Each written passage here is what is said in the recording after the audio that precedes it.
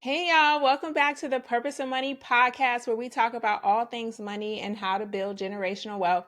I'm super excited today because we are joined by my buddy Zach. He is a software developer, entrepreneur, a husband, a father to two young boys, and he is changing the way we handle money. So, this is one of my favorite topics.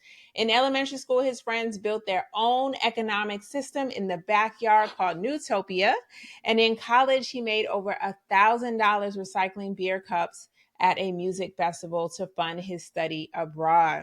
As an entrepreneur, his passion is to help others be intentional with their finances so that they can build a life that aligns with their values. And recently, he did something amazing. We're going to talk about his platform, MyBudgetCoach, and much more. So let's hop into this combo. Hey, Zach, how you doing?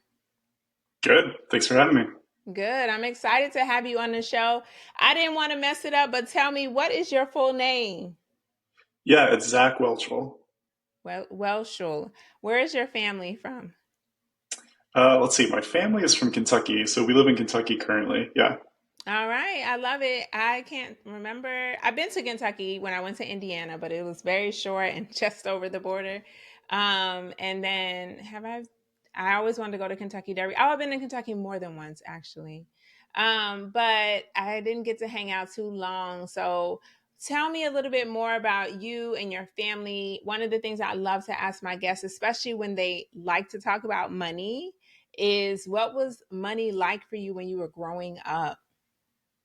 for sure. Yeah, so I'll tell you a little bit about my family. So my wife and I have two young kids. We have a 3-year-old and a 2-year-old. They're 14 months apart, which I don't know if I'd recommend that at this point. I've had people tell me like if you would have twins, twins are easier than like the 202 split. Just because at least they're in the same stage of life together. I don't know if that's true, but yeah. So let's see. We really value traveling and experiences. In the last few years, we've been trying to teach our kids and take our kids with us. We've already taken our kids to the country of Georgia and Greece. We lived in London last year for 3 months.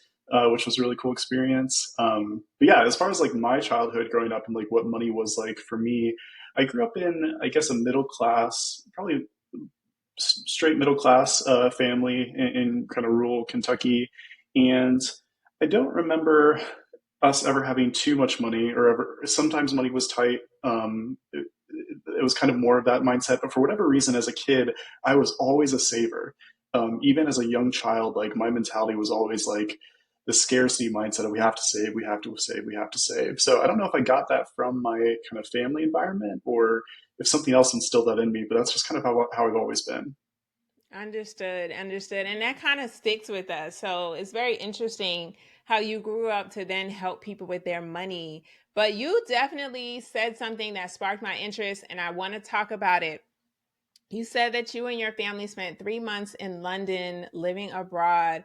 I want to know, how did you come to the decision to do that? And what types of financial decisions did you make to make that possible? Because as someone who spent 15 years in the foreign service as a diplomat and lived abroad with my family, now as a full time entrepreneur, I want to incorporate a 3 month sabbatical somewhere.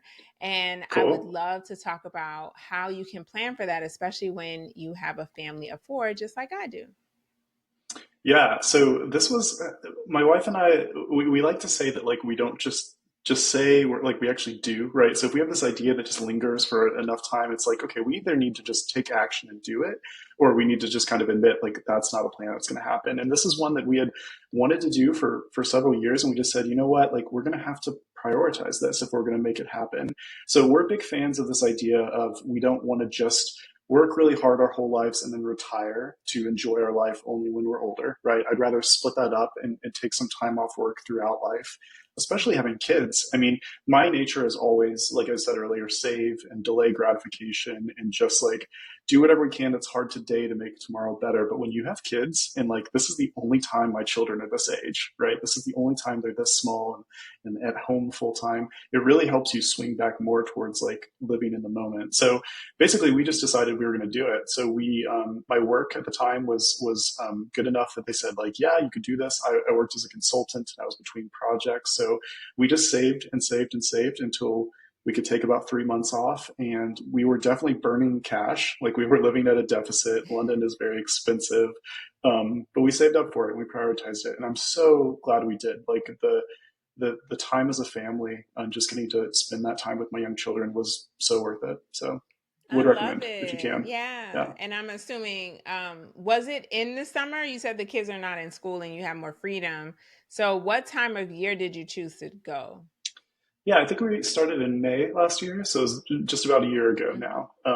But yeah, we had a little bit of a built-in community because we went to kind of be a part of a church there that was like a sister church with the church that we go to in Kentucky. So at least we like already knew some people and like we had a community we could dive into. So it was a good fit.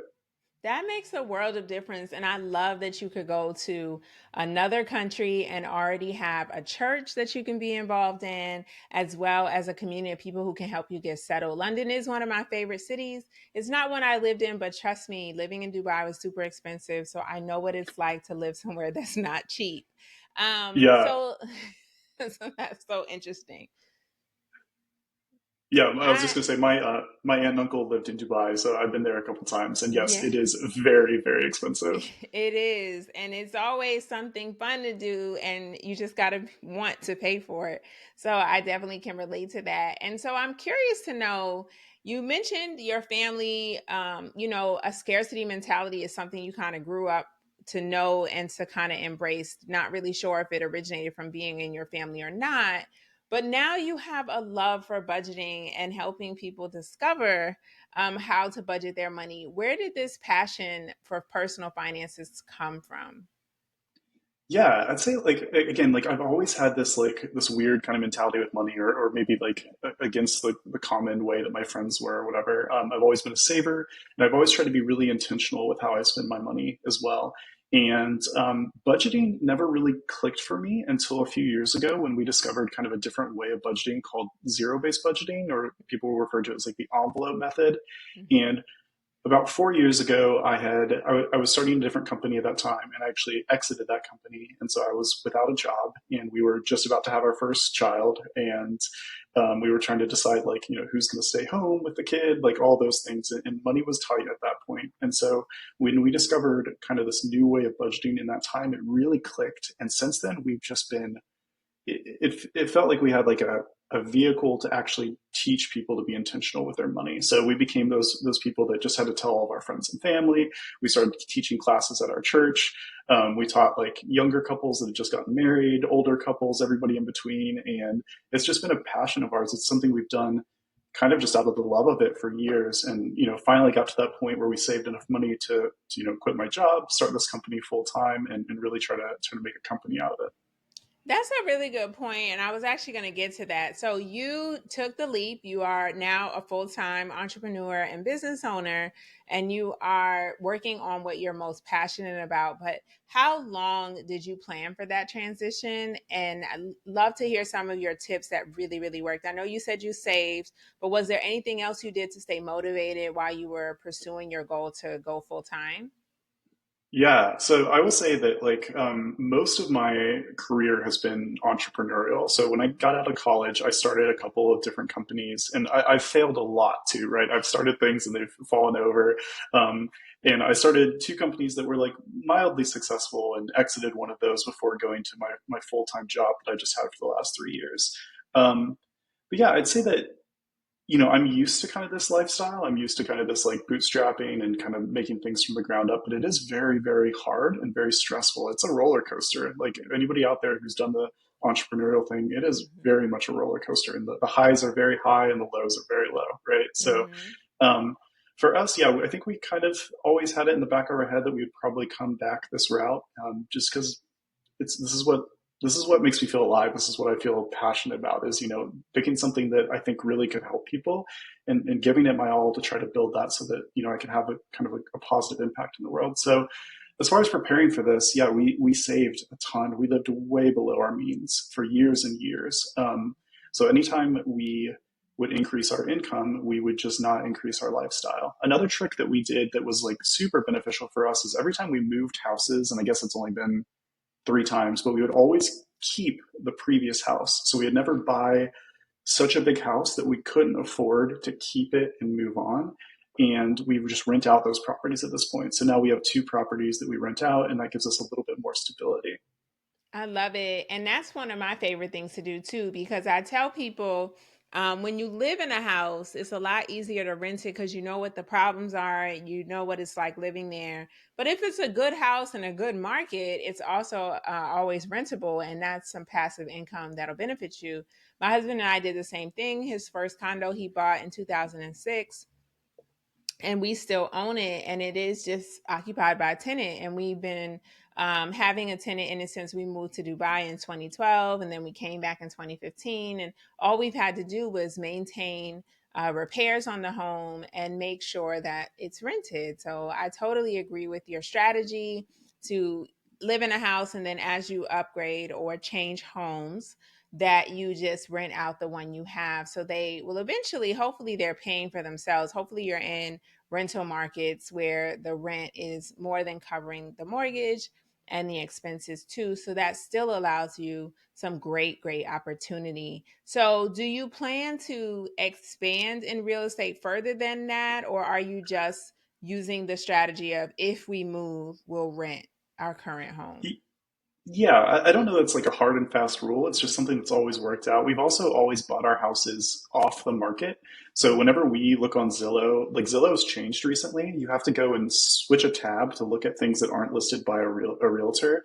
But we Mm, found that that's how you can go and find things that not many people are seeing and that often you can get good deals on. So this second house that we bought was kind of off the market. It was listed by mhm. an owner, and it had a lot of damage to it. It had a lot of like animal like damage, so we had to like rip out carpets and put stuff on the hardwood and all of that. And really, the full 2 years that we lived there, we were working on it. Like we figured out when we moved in that there was a gas leak, and I like ripped out sections of the walls and sprayed the little bubble soap on things and pumped it up to figure out where it was, and like eventually got that all fixed. So it takes a lot of effort, um, but yeah, I think it's worth it. So I don't know if we'll keep doing this moving forward. Also, I think it all comes down to the numbers, and the numbers right now are much harder with the interest rates, right? So we were Mhm. like blessed to have been doing this in a really unique time in history where the interest rates were so low that we could, right? I don't know that we Right. could pull it off as easily now. Yeah. Yeah, no, real estate is always a numbers game, and it has to make sense. So I totally get that. Talking about numbers, I know you mentioned your passion for zero-based budgeting and how you taught others, but we didn't really get into what the heck is zero-based budgeting. And I always have to remember that some of my listeners are new to budgeting, to personal finance, and to the show. So let's take a quick sec to define what is zero-based budgeting and why is that your preferred choice? And then I might even share my favorite way to budget. Oh, cool. Okay, yeah. So for a lot of people, budgeting, it's like a one and done thing. So they might think like, oh, okay, well, I made a spreadsheet this one time and I put my expenses down and I put my income and it was like mostly the same. And so like we're good, right? And to them, like just that act of making that one spreadsheet that one time is like a budget. For me, like that's not really budgeting. That's not like actually changing your habits and your lifestyle and kind of living according to your numbers. So to me, I really like zero-based budgeting. And like I mentioned earlier, it's kind of like the envelope system. So you can imagine you took every dollar that you owned from your bank and you just brought it home and you dumped it all out on the kitchen table, right? You had this big mound of cash on the kitchen table and you just said, we need a plan for all of that money, right?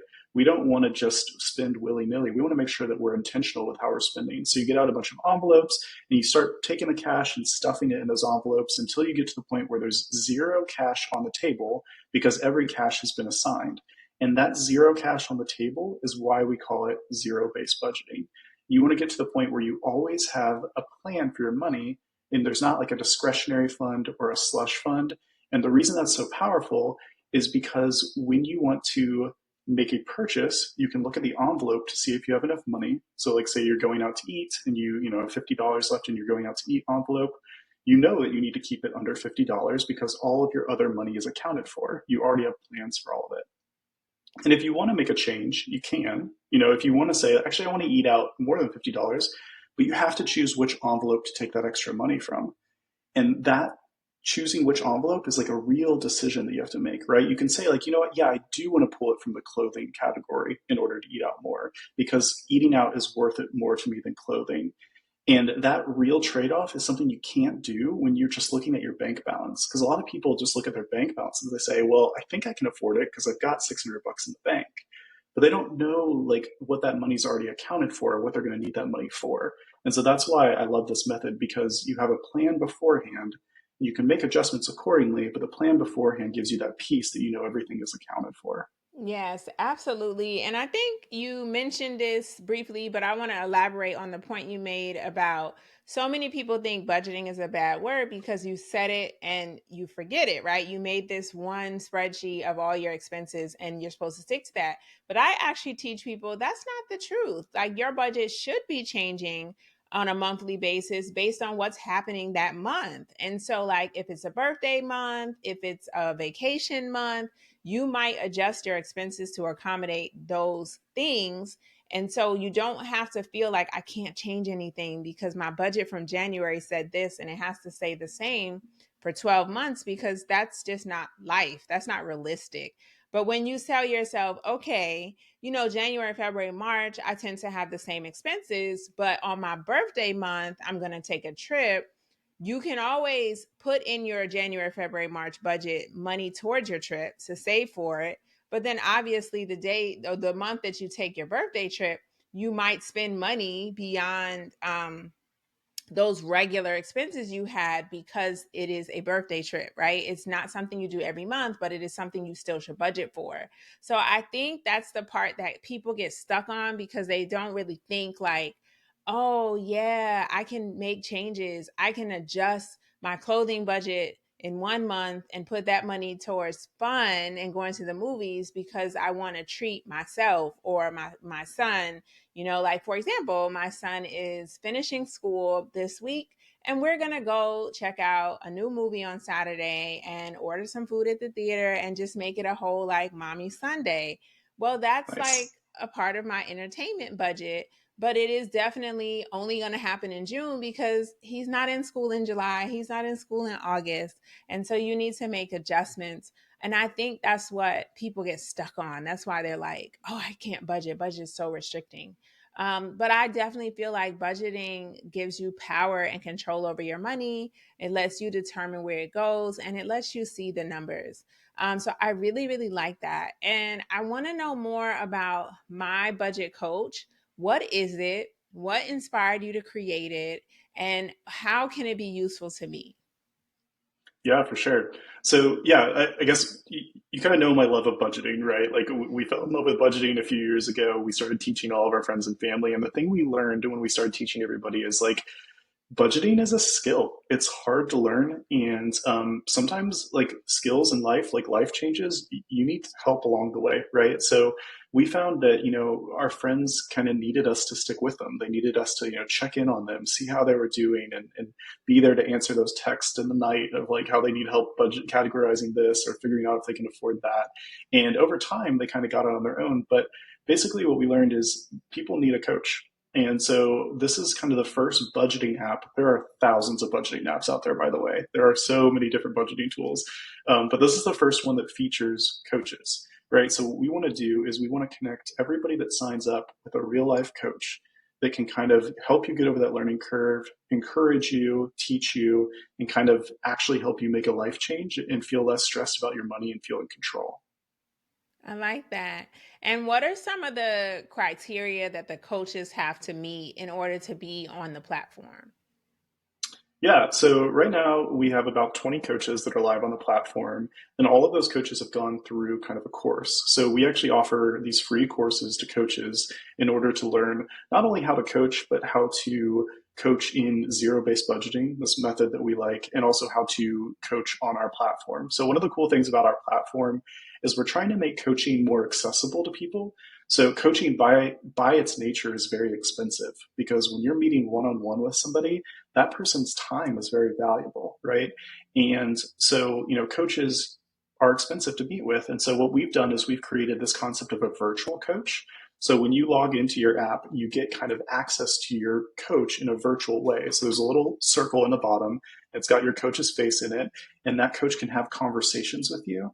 And these conversations, they're not AI, it's not a bot. These are actually kind of huge flow charts of conversations that these coaches have created and written very intentionally. They kind of have their style, how they like to teach, how they like to guide people, and you as a user can interact with that at your own pace and on your own time, and basically for free. So if you want to have a one-on-one call with a coach, you can pay extra for that, but you still get all of that kind of built in for free. Oh, I like that. That sounds really cool. How big are you now? Do you know how many users you have using the app? Yeah, we're still just getting started. So we had like a soft launch at FinCon this past year. Are you familiar with FinCon? Yes, I love FinCon. I go every Okay, year. It is, for those cool. who don't know, FinCon is a conference for money nerds like us. And we call it the place where money nerds and media meet, right? Like where we can meet people who are like minded and love to talk about personal finance, but then also brands who might be interested in helping you educate people about personal finance. So I love FinCon. I've been going since 2018, and I'm definitely Nice. going this year as well. So I love it. So tell me, how did the soft launch go? And what are some Yeah, things that we can look forward to if we hop in the app now? yeah, so the soft launch went well. And any app that you're starting that kind of has two sides to it. So we have like the coaches and the user side. It's kind of like a chicken and the egg problem, right? Do you get the coaches first and then the users, or the users first and the coaches? So we chose to focus on coaches first. So Mm-hmm. we've talked to probably almost 100 coaches at this point who have been interested in the software in some way. We have about 65 in a Discord channel, people kind of networking and learning more about it. And then we've got 20 coaches that are launched on the platform. Those coaches are just kind of getting out there and getting started. So the users are just kind of starting. Most users are on a free trial currently, although we do, we are starting to get paid users as well. So Excellent. it's a slow thing, but that's just kind of how startups work. Yeah, no, absolutely. Slow and steady wins the race, so keep running. Um, you actually reminded me of one of the newest scriptures that I love, and I'm going to share it on the podcast today because I'm reading a new planner that one of my clients created for entrepreneurs. So if you're interested, check out the $1 Million Planner by Marketing by Monray. But here's the scripture that I like because she created a whole planner with scriptures for entrepreneurs, and there is one specifically about competition. So First Corinthians 9:24 says, "Do you not know that in a race all the runners run, but only one receives the prize? So run that you may obtain it." And I was like, you know what? The Bible says that I should work my hardest to win in entrepreneurship, or so be it. The context of that scripture, I'm going to run my best race. And so I love the fact that you are jumping out there. You started a company to help people budget better. You've narrowed in on one specific form of budgeting, which is zero-based budgeting, and you are helping people in the process. So I love what you're doing. Keep running your race. Zach, I really, really love it. But I did promise I would share one of my favorite ways to budget. So I love to budget with multiple bank accounts. I've tried zero-based budgeting. I've tried the 50, 30, 20 way to budget, but I like budgeting with multiple bank accounts because it allows me to compartmentalize my expenses in buckets that I can see and then also manage from different places. So the way that works, guys, is I have one central bank account where income comes in, and then we have other savings bank accounts where money goes to, right? And so I have a fund that's just for household expenses that are fixed, like the mortgage. And then I have another one for variable expenses that change, like utility bills. And each time we get paid, we transfer money from the incoming checking account to the savings accounts based on how much money we normally need on a monthly basis to pay our bills.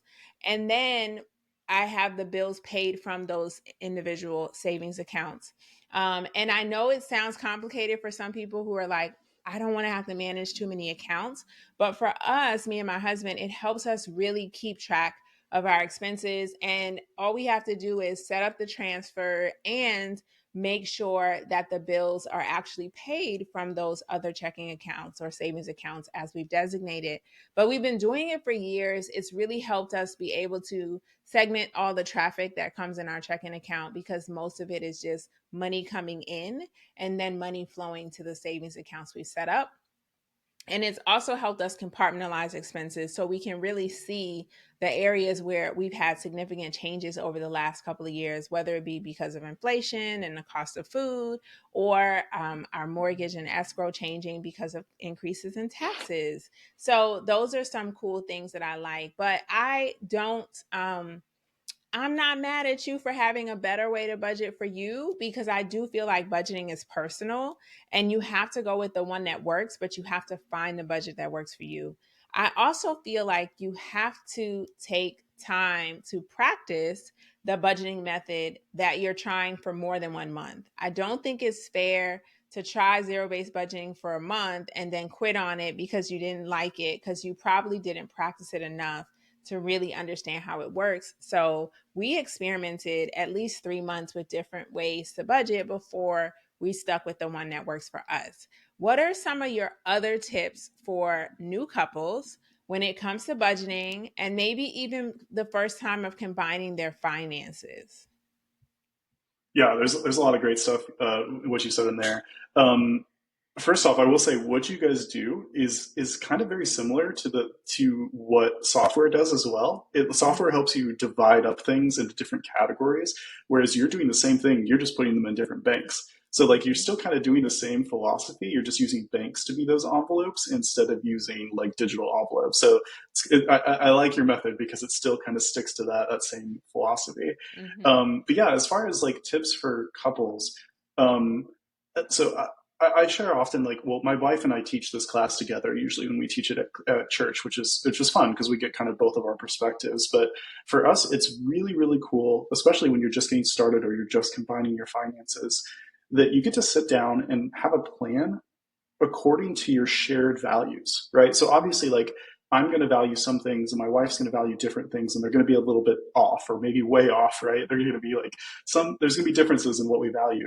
But when we have to put a number to each of these categories, we're coming to a compromise in each of these areas, right? We're saying, I know that you think we should spend this much. I think we should spend this. How do we feel about this much? And because we have a plan, because we set aside that money before we spend it, we're going to live according to those shared values. So to me, like working together with your spouse or with a partner on this is like awesome because it's a way to be a team together instead of fighting about money. It's a way to pre-plan it and actually feel like you're, together and you're arm in arm and you're out there spending your money in a way that aligns with what you care about. Absolutely. I love it. And I love what you said, especially when finances is like one of the number one reasons couples fight or they have divorce, is because they can't come to an agreement on their finances, or they're committing what we call financial infidelity, right? When you have secret bank accounts, when you have secret debt, and then it comes to light and it just causes tension and friction in your marriage or in your relationship. So I strongly encourage couples to communicate, to talk about money. And it doesn't have to be the first date conversation, but it definitely should be, a part of you getting to know each other. One of my favorite things to do is have money dates with my husband. We had a money date the other day to talk about a plan for the next 6 months of the year and what are the things that we want to focus on before we do our next big venture together. And that was really fun because we bring out the spreadsheets, but we also made it fun. We had Mexican and margaritas, and just like tried to lighten the what could be a contentious conversation for some people, right? But because we were on the same page, we knew that, okay, at the end of the meeting we need to have a plan on how to spend this money that we've come into, and what are we going to put it on that helps further our goals, right? So I do feel like money dates are important, and they can be as often as you need, every time you get paid, once a month, or whatever works according to your family. And I think that's some really good stuff. So I have loved this conversation. I'm super grateful for you being on the show today, Zach. Before we leave, I want to ask you one of my signature questions is about your purpose for money. The name of the podcast is called The Purpose of Money. So I want to know, what is your purpose for money? Yeah, that's a hard one. Or actually, I think we have an answer for it recently because we've made this big leap to stop my job, right? At this point, we have no kind of stable income, although we do have some of these like rental things and stuff like that. So, what we've decided, what my wife and I have decided is that money to us is we want to spend it on trying to build something that helps other people, right? So to me, like fire or the concept of being financially independent so that you can spend your time doing something you're passionate about that you think will have a positive impact in the world, that's what I want to do. So when I think about saving up money as much as I can, the reason I want to have that money is so that I can spend it on periods like this where we're not going to make as much money because we're starting something new, but we want to be able to put ourselves in a position of strength so that we can try to help those in our community. And that's probably not always the case, right? But in this season of life, that's what money means to us. I love it. And that's a great answer. Before you hop off, please let everyone know, how can they check you out, and where do we go to check out My Budget Coach? Yeah, so you can go to the website. It's just mybudgetcoach.com. We're also on all the social medias. It's just at mybudgetcoachhq. It's just an HQ in the end of it. And yeah, follow us on social media or sign up for a free trial. It's a 35 day free trial, and you get kind of to pick your own coach, which is kind of fun. So go through the directory, find a coach that you like, and just give it a try. I love it. You guys, I hope you check it out, mybudgetcoach.com, or check them out on social at mybudgetcoachhq. We will definitely include all the links in the show notes and encourage you to get your coach today and take advantage of the 35-day free trial. Zach, thank you so much for being on the show. It's been a pleasure talking to you about all things money, and I can't wait to see you at FinCon. Yeah, Bye likewise. bye. See ya.